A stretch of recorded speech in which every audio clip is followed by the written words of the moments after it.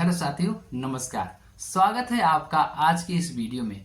आज का वीडियो बहुत ही महत्वपूर्ण होने वाला है क्योंकि आज की इस वीडियो में हम लोग बात करेंगे डिस्चार्जिंग ईयर के बारे में, जो बहुत ही कॉमन प्रॉब्लम है। डिस्चार्जिंग ईयर्स मतलब कान के बहने के बारे में। बहुत से लोगों को ये लगता है कि कान से पस आना या फिर पस जैसा कुछ पतला लिक्विड बाहर आना यानी कान की पर्दे का फट जाना होता है। दोस्तों, ऐसा नहीं है। ऐसा नहीं है कि जब आपके कान से पस आ रहा हो या फिर पतला लिक्विड या पानी जैसा कुछ आ रहा हो तो कान का पर्दा फट ही गया हो या फिर कान के पर्दे में छेद हो।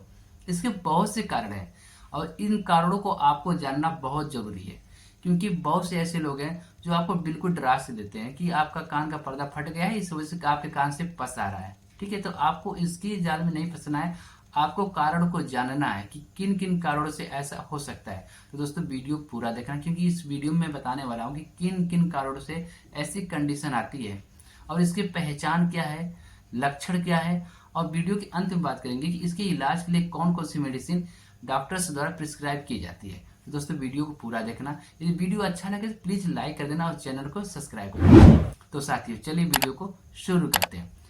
कान से पस आने या फिर पस जैसे कुछ पतले लिक्विड बाहर आने के बहुत से कारण है, जिनमें से हो सकता है कान में चोट लगी हो, इसकी वजह से भी ऐसी कंडीशन आती है। साइनाइटिस हुआ हो, ऐसी कंडीशन भी ऐसा हो सकता है। या फिर कॉमन कोल्ड की प्रॉब्लम में भी ऐसा होता है। इन्फेक्शन होने की वजह से भी ऐसी कंडीशन आती है, जैसे होपिंग कफ, मीसल्स, स्कारलेट फीवर इत्यादि। इसके अलावा लैरिंगाइटिस, फेरिंगाइटिस, टॉन्सिलाइटिस, इस तरह से तमाम कारण है जिसकी वजह से ऐसी कंडीशन आती है, यानी कान से पस या फिर पस जैसा कुछ पतला लिक्विड बाहर आता है। तो ऐसा नहीं है कि हर बार आपके कान के पर्दे में छेद हुआ हो या फिर आपका कान का पर्दा फट गया हो तभी पस आएगा। तो दोस्तों, उम्मीद करता हूँ आपको कारण समझ में आ गए होंगे कि किन किन कारणों से ऐसी कंडीशन आ सकती है। तो दोस्तों, अब बात कर लेते हैं कि इसकी पहचान और इसके लक्षण क्या क्या है। कान के जो बहने का लक्षण है वो तो सीधा सा है कि कान से पस आएगा, फिर पस जैसा कुछ पतला लिक्विड बाहर आएगा, कान में सीवर पेन होगा, हैवीनेस महसूस होगा, कान में सूजन भी हो सकती है और इसके अलावा बुखार भी हो सकता है। तो साथियों, आपको याद रखना है, यदि इंजरी की वजह से कान में पस आ रहा है या फिर पस जैसा पतला लिक्विड बाहर आ रहा है तो उसमें ब्लड का भी कुछ मात्रा मिक्स हो सकता है। तो साथियों, अब बात करते हैं कि इसके इलाज के लिए कौन कौन सी मेडिसिन यूज की जाती है। उससे पहले आपको याद रखना है कि कान को साफ करने के लिए किसी भी प्रकार की माचिस की तीली या फिर अन्य प्रकार की तीली या फिर कागज को लपेट कर यूज नहीं करना है।